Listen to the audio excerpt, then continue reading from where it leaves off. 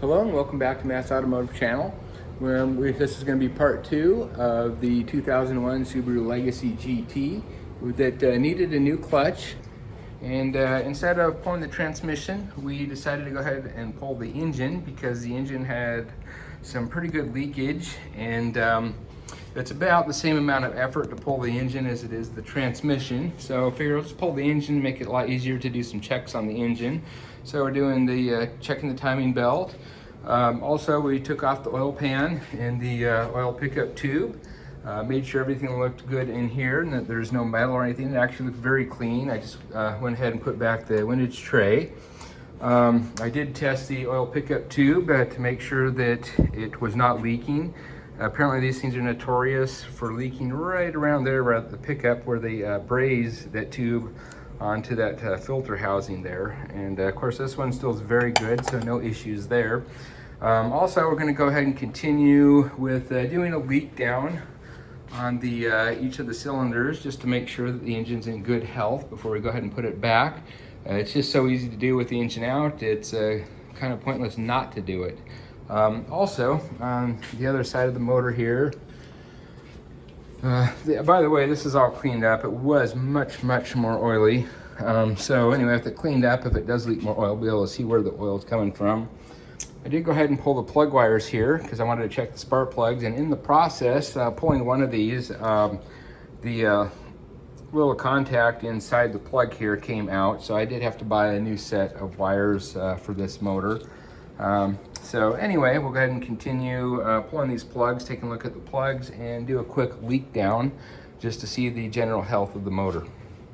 Also, another thing noted here was that we had some pretty good leakage around the rear main seal, so I went ahead and purchased another rear main. Also went ahead and cleaned up the oil pan. Apparently this had been off before and we had tons of RTV absolutely everywhere. That is one of the reasons I decided to go ahead and pull the windage tray to make sure that none of the RTV was caught up in there anywhere. So anyway, I cleaned all that out and I cleaned up the surfaces, so we're good there. And I really don't like the RTV, so if I can avoid it, I will at all costs. And so I went to O'Reilly's and picked up this oil pan gasket kit. Not only does it come with a gasket, it also comes with a couple new O-rings. I think that's real important too, especially for the oil pickup tube. This blue ring here goes onto the oil pickup tube, and then the flat black one actually goes right here on the return. So anyway, we'll start out with some new seals there, and hopefully when we get this thing all back together, we won't find any leaks. I was debating whether I should go ahead and pull the valve covers and put on some new gaskets here. And maybe I should. It would be easy to do now at this point, but I have a feeling it's not leaking from there. It's most likely that we had the oil leaking around the oil pan and definitely the rear main seal. And I think once the oil drips down into this area, when you're driving, the wind just kind of kicks the oil everywhere. So this whole bottom side was just caked. So we couldn't tell where the oil was coming from, but this actually looks pretty good. I believe the timing belt was done at some point. The belt actually looks to be in pretty good shape as well. Okay, I got the spark plugs out. Plug number 3 came out with quite a bit of resistance. You can look here, the threads are shining like it might have been stripping some of the threads out a little bit. But nonetheless, they came out. I did check the gap on them. They range from 0.045 to 0.055 inches. It also looks like these plugs have been in here for quite some time, so I think I'm just going to go ahead and replace them while they're out. I also noticed a bit of oil seepage in the plug holes here when I pulled the spark plugs out. It appears that a little bit of oil is leaking around the seals here where the valve cover gasket meets the cylinder for the plug. So maybe I will go ahead and pull these off and just put new seals on. All right, we got our leak down tester set here to 0, so let's go ahead and plug it in and see what we get. Okay, here's our leak down. Very good. This here is cylinder number 3. Let's go ahead and check the others. Cylinder number 1 looks pretty good too, a little less than 10%. Looks like maybe a 9% leak down on that one. Still very good. Cylinder number 2 still looks good, probably right there around 9%. All right, and here's cylinder number 4, looking good. Looks like right around 6% leak down. So awesome, this engine is in good shape. Okay, the only issue was here on cylinder number 4. It looks like some threads are missing. I tried to plug in my leak down tester with this end here, which I used successfully in all the other 3 cylinders, and it would not work. It would not thread in. And so I ended up having to get this adapter here for my compression tester, which obviously has more threads on it. And this one went in far enough to where I could do the compression test. But this is just an adapter that's screwed on here. Then I was able to thread it in. So when we put the new plugs in, we're gonna have to be real careful here on 4 not to over torque it, because it looks like it's missing about that many threads right there, probably around 5 or 6 threads. So I'll have to be really careful. Now, I do occasionally get criticism about torquing everything to spec, but on some things you really do need to torque it to spec. If you over torque these, I mean, this could be pretty substantial repair cost to put new threads in there, or time or labor if you're doing it yourself.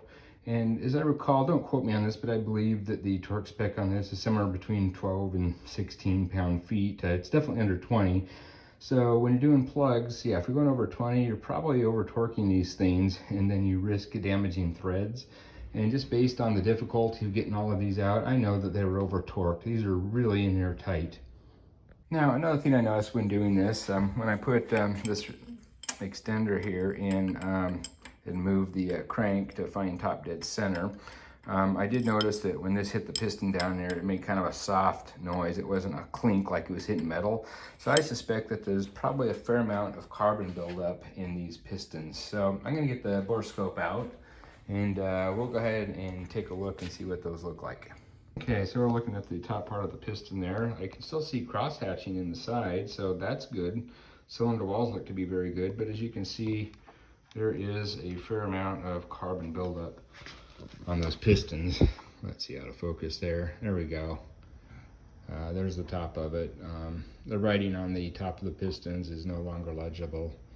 But I think I'm just going to leave it as is at this point. The rest engine looks to be in pretty good shape. So that's also a non-turbo motor, so we don't really have to worry as much about detonation, that sort of thing. So anyway,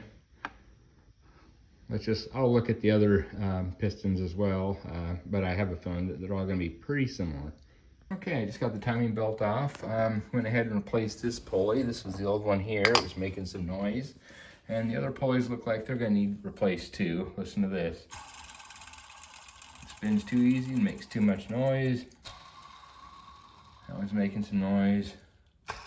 And the tensioner making noise, spins too easy. So I'm going to have to replace all of those guys and probably get a new belt too. There's no more writing on this, which is kind of an indication that it's had its useful life. So even though there's no cracks or anything, it'd be crazy not to just put a new one on at this point.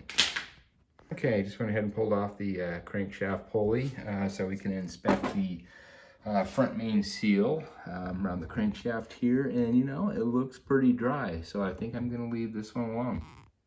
I went ahead and installed a new throwout bearing and clutch fork, lubed it all up. The fork came with new springs and everything, so we're good on this end.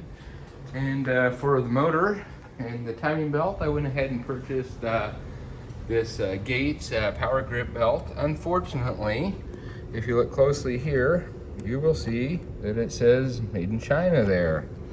Over here on this pulley, made in China. I didn't think that did not used to be the case with Gates, but they've cheapened these up a bit. Hopefully they're still a good component. Anyway, regardless, it's definitely going to be better than what's currently on here. These bearings are shot. So anyway, let's go ahead and get the new belt on, get it timed, and then we'll go ahead and check the valve lashing. I also did go ahead and bleed the hydraulic system here for the clutch. Very simple, just put a vacuum on the little bleeder screw there, and then continue to fill the reservoir with new fluid till clear fluid came out here. Very simple.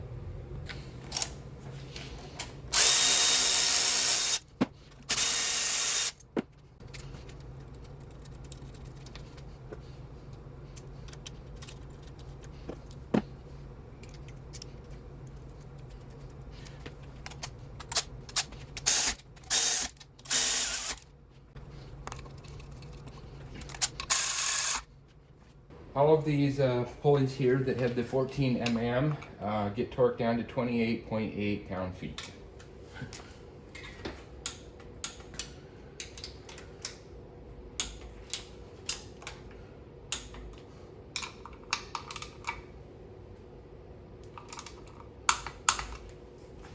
Okay, before we start any of this procedure here, we want to get our crank pulley on. Reason being is that there is a timing mark on this pulley here too, and that little mark there, once it's on the crank pulley, and by the way, this can only go on one way because it's keyed. This little mark here will line up with this little mark here on the oil pump. See if I can zoom in here and get you a little better shot. But this guy right here. So let's go ahead and put this on.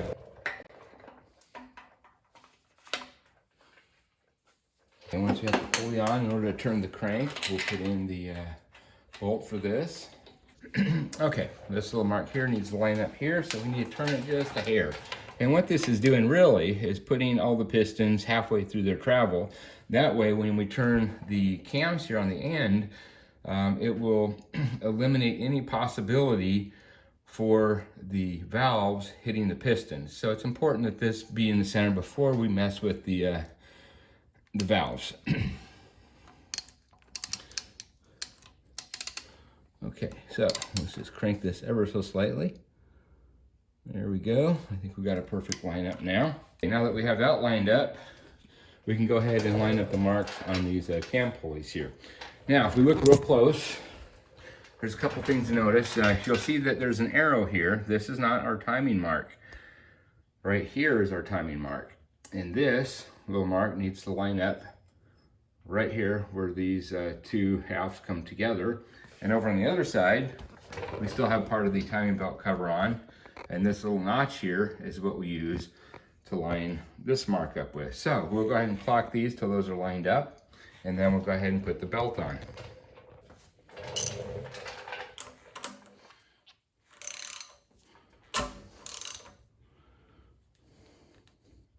Now when lining this one up here on the driver's side, it's spring loaded, so if you overdo it, it will just spring back. So you gotta be real careful there.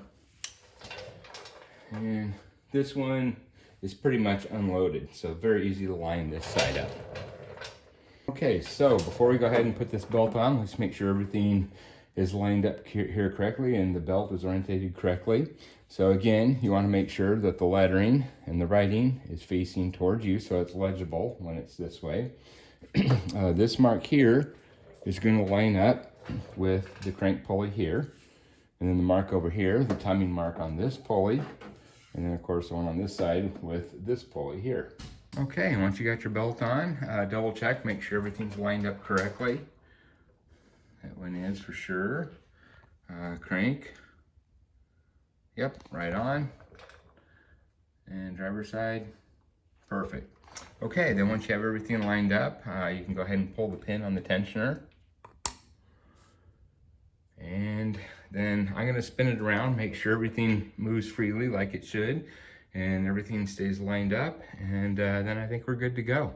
All right, I just rotated it a couple times, and the timing marks are lined up again. Of course, the marks on the belt are not. I think you'd have to spin it around a few more times before those would line up again. But these timing marks are the only thing that really matter here. It's lined up, crank's lined up, and the other side's lined up. So we're good. So let's go ahead and put our guard back on here. Okay, a couple things to mention since I didn't actually get me putting this belt on video. In order to get this on, you will need to have these two pulleys off and get the timing marks all lined up and everything, and then kind of slide this thing in, screw this in. Once that's in, then you can put this one on, and then you should have enough tension in here to keep it, and then of course pull the pin like we did. Now, the other thing that we need to do is put this guard on top of here. And we don't really have to worry too much about the spacing because Gates provides us with this little tool here that puts the proper amount of spacing in here. So basically just put that on there. And then of course push this down while you're tightening these two bolts down. And by the way, these get torqued to 86 inch-pounds. Okay, so I have the guard loosely on here now, so it still moves around. I got the spacer in here, so I'm going to push down on this and then go ahead and torque these two 86 inch-pounds.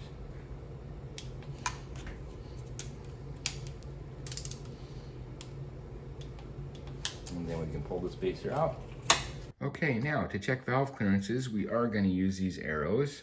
There's one on both sides and they're basically in the same position. So anyway, with this arrow pointed straight up, that's top dead cylinder on number 1, which is right here, and 3 is back there. And then on the other side, you got 2 and 4. So with this up, we'll check the valve clearances on this guy. Then we'll do a quarter turn, so the arrow will be at 90 degrees here. And now it's top dead center on cylinder 3. And then we'll turn it again to where this is straight down. That's going to be cylinder 2, top dead center. And then over here, 270 degrees, that's going to be number 4.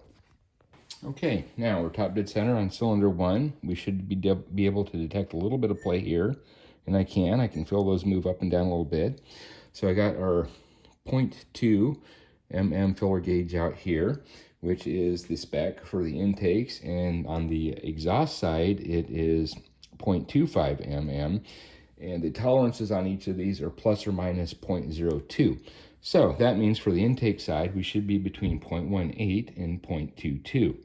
So I got my 0.2 filler gauge out here, and ideally you want to be able to just barely slide it under here with just the minimum amount of resistance. And in this case, I can't do it. So what I'm going to do is go down to 0.18, and that should be able to slide under. If not, we need to make an adjustment because it's just too tight. And another way to do this is just go with your tolerances, pull 2 of these out, one at 0.22 and the other at 0.18. One should not be able to go under, the other should be able to go under. If that's the case, you know you're within spec. And then we'll just go ahead and turn this a quarter turn. Go ahead and do cylinder 3, another quarter turn, and then number 2, another quarter turn, and do cylinder 4. So this little arrow down here will either be at 0 degrees, 90 degrees, 180, 270. Okay, so I got my 0.18 mm filler gauge out here, and I still cannot fit it under there. So we're going to need to make some adjustments here. Let me try on this other one. And same deal. It looks like these are just slightly too tight, so we're going to have to increase the gap just a little bit here. So let's go through the procedure on how to change the gap on these things. The way to go about it, these are 10 mm here. So this is basically just a jam nut and a screw. So you place your wrench on the 10 mm and hold it in place with the screwdriver, loosen it. Once it's loosened, then either back off or move the thing down.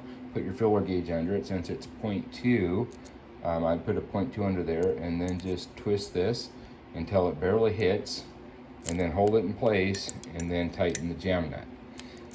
And then, of course, once that's done, verify. The exhaust valves are not. You can almost see it here. I can wiggle this back and forth. I don't know if you can see it movement there.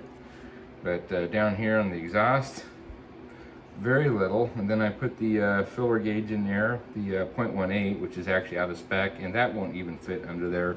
So the valve clearances look like they're too tight on the exhaust. And that kind of makes sense. The exhaust valves tend to wear out quicker as those exhaust gases move around the valve. It does eat away at the valve a little bit, which means it eventually works its way up, and then the tolerances get too tight. So we're going to have to back these off a little bit to get them back into spec. So let's go ahead and make some adjustments to these exhaust valves. So we're going to hold the set screw here in place with the screwdriver while we loosen the jam nut.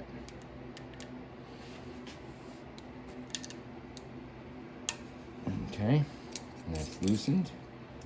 And so now we should be able to back this off a bit. So what I'm going to do again is our clearance here is 0.25 plus or minus 0.02 mm. So I'm going to put a 0.25 filler gauge under here, and then adjust this down to where it just barely touches, and then tighten the jam nut. Okay, so I got my 0.25. Let's put this under here.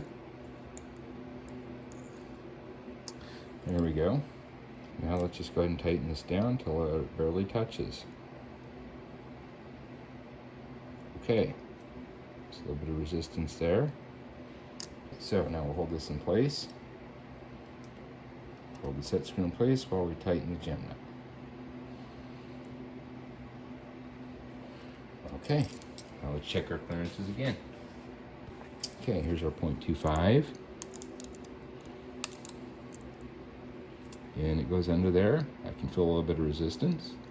So let's add 0.02, and we should not be able to get a 0.27 under here. If that's the case, we know we have it set correctly. Okay, so now I got my extremes here. I got a 0.23, which is our smallest gap, and I got my 0.27, which should be the largest gap. So this one should slide under no problem. And yep, very loose. And then this should not go at all. And nope. So we have this set correctly. Okay, now we just repeat the process for the rest of the cylinders. Okay, now that we have all the valve clearances in spec, we'll go ahead and turn our attention to the valve covers. I've got another kit for the valve cover gaskets, and as you can see that there's a lot of potential here for these things to leak. You got the seals here that go around the plug holes, and you got these for each of the bolts, and then of course the main gasket that goes around the perimeter. All right, I went ahead and cleaned these all up. So let's go ahead and put on our gasket. I believe that both these gaskets are the same. I don't believe there's a difference between the left and right side. Okay, now that we have the new gaskets on the valve covers, let's turn our attention to the engine side. All right, these guys are going to go over where the plug tubes are. And then we want to make sure that we have all the mating surfaces here cleaned up. This is where we had the leaking before going into the spark plug holes. That's why we had a lot of oil in there, whereas these things had failed. So just for comparison, I'll show you the new versus the old. And you can see how much that just got mushroomed out, and there probably wasn't enough tension on this anymore, making a good seal up against the valve cover. Now let's put the new gaskets on the bolts.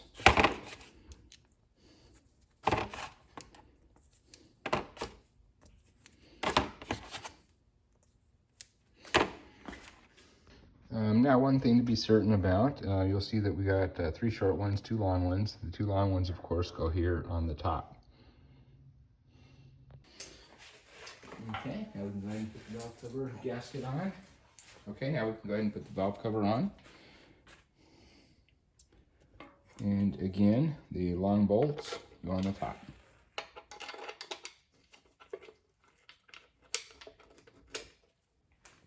Okay, and these valve covers are going to get torqued down to 43 inch-pounds. Okay, now that we have the valve covers on, we'll go ahead and reinstall the oil dipstick tube.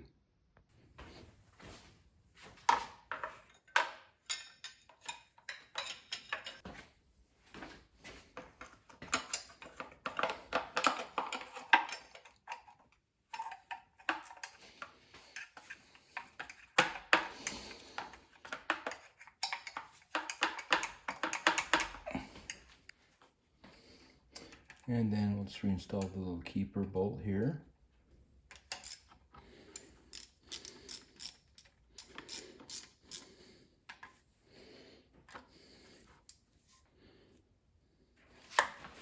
And then reinstall the dipstick. Okay, the timing belt cover torque spec is 44 inch-pounds.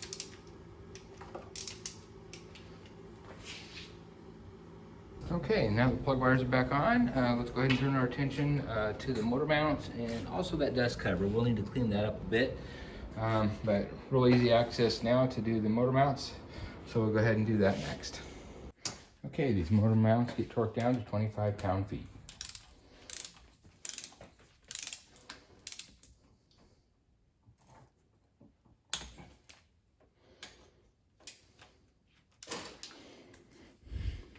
Okay, now we can go ahead and replace our dust shield.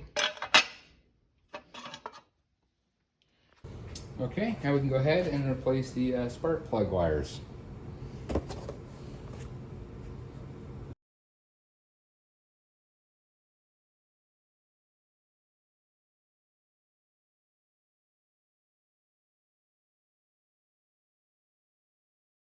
All right, plug wires are all back on, nicely routed, and so I think the next thing I'm going to turn attention to is the rear main seal. So in order to do this, we're going to have to put it onto the engine hoist and then take it off this engine stand. That'll give us good access to the rear main seal there. So let's continue on with that. Okay, when it comes to rear main seals and removing them, I always fear damaging the surface that the seal has to ride on. So I drill a little hole, put a screw in there, and then use that to pry the seal out.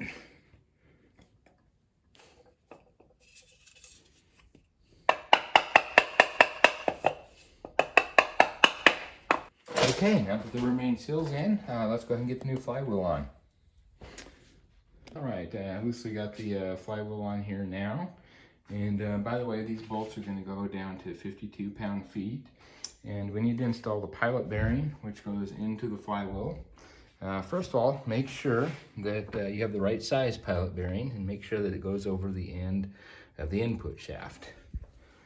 And that looks good. So we can go ahead and tap this in. Okay, now when you tap this in, you want to push from the outer race here, not the inner race. You'll damage the bearing. So make sure you have a socket or something that will align with the outside of that outer race and push on that.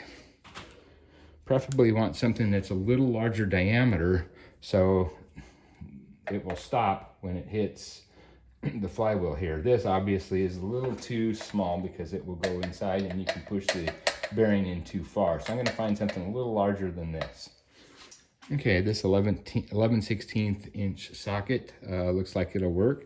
As you can see, the diameter is a little bit larger than the outer race of that bearing. Okay, got it started there. Let's tap it the rest of the way in.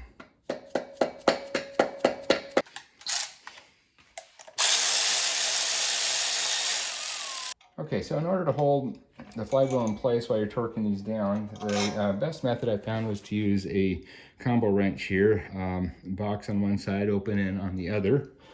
This here is a 10 mm. Slide it over, and then you got these alignment dowels on the flywheel. So I just turn this until that lines up there, and then that will keep the flywheel from turning. So now we can go ahead and torque this down to 52 pound-feet. Okay, now we have the flywheel bolts torqued down. So let's go ahead and clean the surface of this flywheel. These are shipped with oil on them to prevent them from rusting during transport. And it's very important that you get that coating of oil off before you put the clutch together. I mean, just take a look at that. That dirt and oil on the friction material would definitely wreck it. And just like the flywheel, it's very important that we do the pressure plate as well and get all that oil off.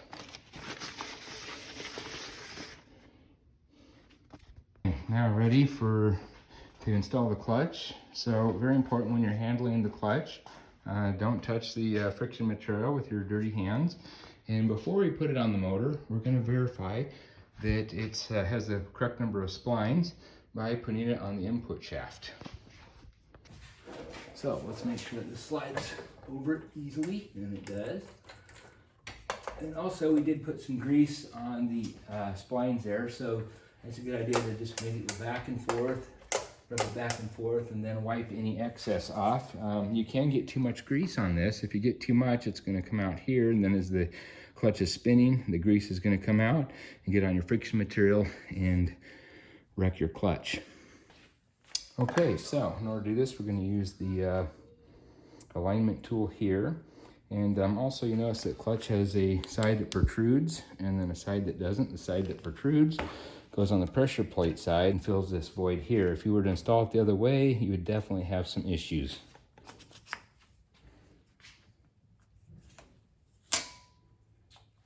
Okay. Now we can go ahead and put the pressure plate on. So important, make sure these alignment dowels go into the holes here in the pressure plate to keep everything aligned.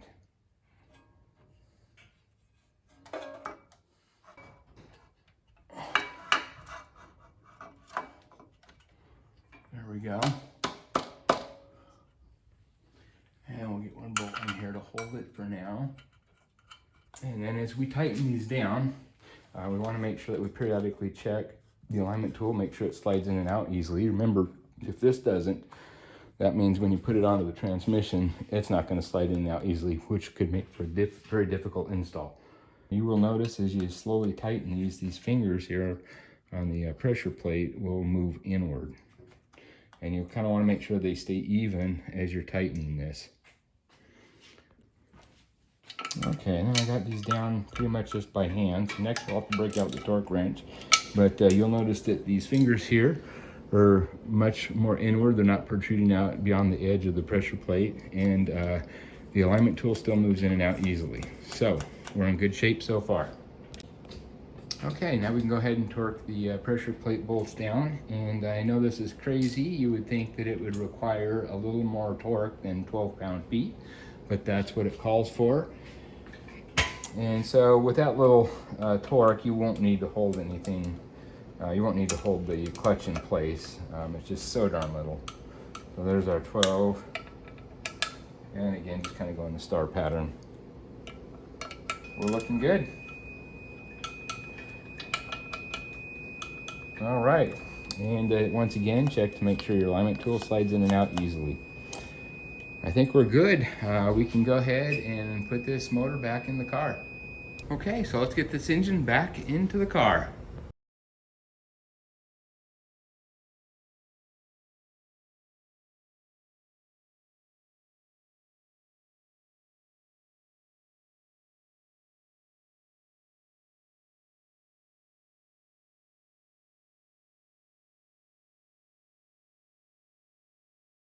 Okay, just got the motor back in, so I went ahead and bolted up the starter back there.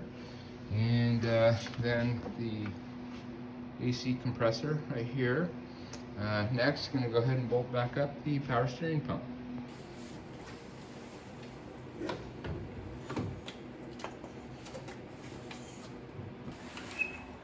go ahead and remount the power steering fluid reservoir.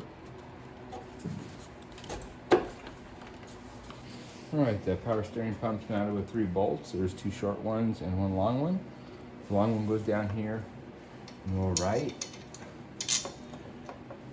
And there's a short one that goes up on top, and then the other one down here on the left. All right, let's go ahead and remount the alternator.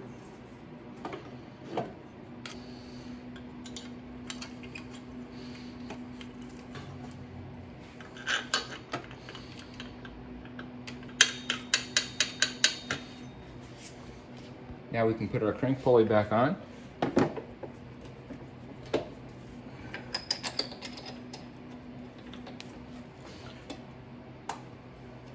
Put the holding tool in place, and then torque this down to spec. Now let's go ahead and remount our AC compressor tensioner.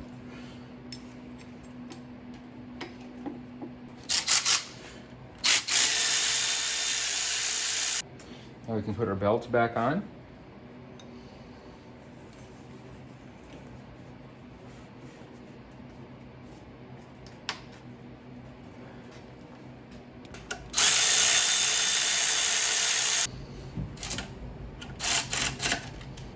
Now let's put on our power steering and alternator belt.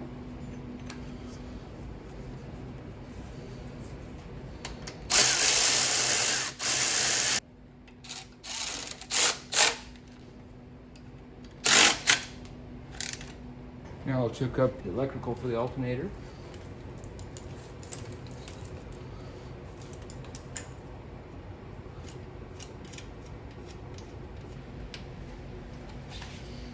Next we can hook up our hoses for the heater core. Right down here, these 2 guys. Okay, now we've got our throttle linkage back together, so let's go ahead and hook up our fill lines. Okay, just went ahead and torqued down all the bell housing bolts, routed some of the wires back to where they go. Getting the intake back on now. Okay, let's go ahead and get this intake back in.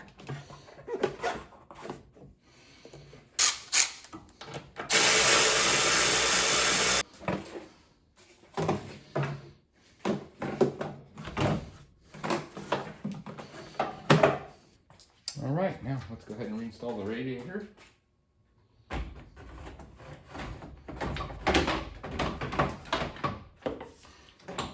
And now we can reinstall the brackets for the radiator. Now we can reinstall our plugs for the electric fans.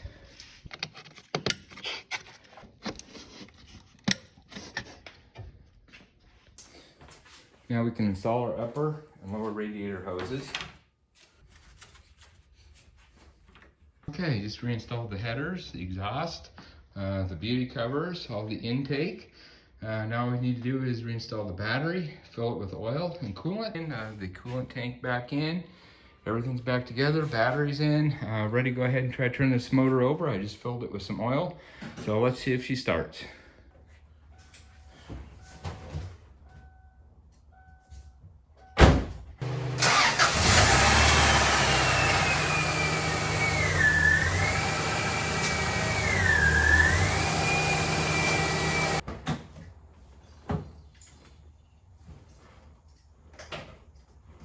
That's great. Looks like the clutch works too.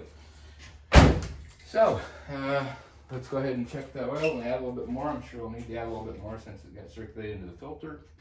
And then we'll go ahead and add coolant, and then we'll take this thing for a test drive. Okay, we're now filling it with coolant. Waiting for that thermostat to open up. It's still cold. Boy, that sure runs smooth. That is a good running engine. It starts right up, no issues. And yeah, starting to feel some heat come out of there. And let's take a look.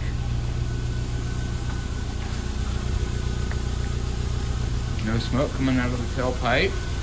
This actually looks to be pretty darn good shape. I'm impressed. Very, very smooth running motor. Of course, the leak down on it was really good, so I'm sure it's got good compression. It's unbelievable for 184,000 miles. This thing just runs terrific. All right, it's been running about 10 minutes now. I'm starting to feel heat come through the upper radiator hose, so it looks like the thermostat is open now. And if we look at the gauge here, it's starting to come up a little bit. That's great. We do have a fuel light on, but we're very low on fuel. Hopefully we have enough fuel to completely purge this coolant system out. But it's looking great. The only problem that I have now really is the battery tie down. This looks like the incorrect one. You can see the lengths here are different. While waiting for this, we can go ahead and see if the AC compressor works. So let's go ahead and turn that on in the car and see if that works. I hope so. AC. Lights on, and I heard the engine change its RPM. So it sounds very promising. And yes, there we go. Looks like even that's working. And there go the fans. All right, let's give this thing a test drive and see how it works.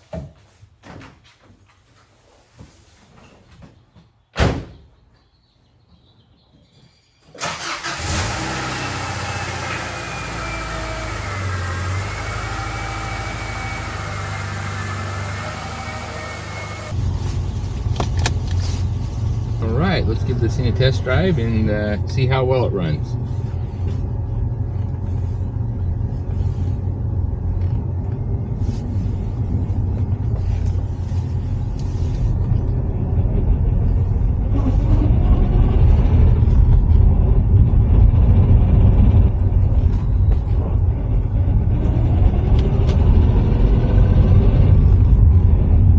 Sounds like the transmission's making a little bit of noise there. I don't know if it's going to pick up on the camera. And look at the handle. It's in third gear right now. Here, let me get my speed up again. And take a look at this. It looks like it's trying to pop out of third.